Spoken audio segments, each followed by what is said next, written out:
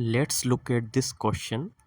The time period of a particle of mass m undergoing small oscillations around x equals to 0 in the potential Vx equals to V naught cos hyperbolic x by L is option A pi under root ml square by V naught, option B 2 pi under root ml square by 2 V naught, option C 2 pi by 2 pi under root ml square by v naught, and option D 2 pi under root 2 ml square by v naught.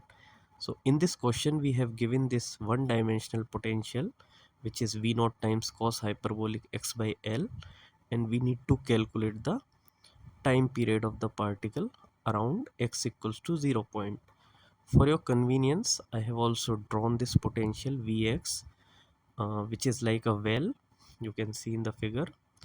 Now to find the minimum of the potential, minimum is the point around which a particle can sustain oscillation.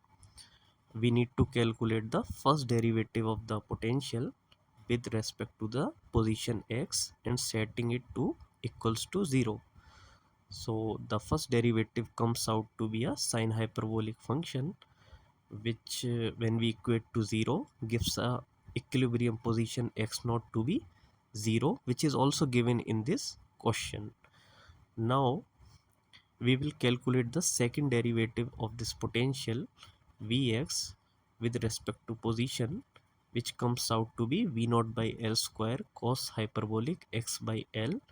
Now calculating this second derivative at the equilibrium position x equals to 0 gives second derivative to be V naught by L square, which is a positive quantity, which also suggests that this is a minima point.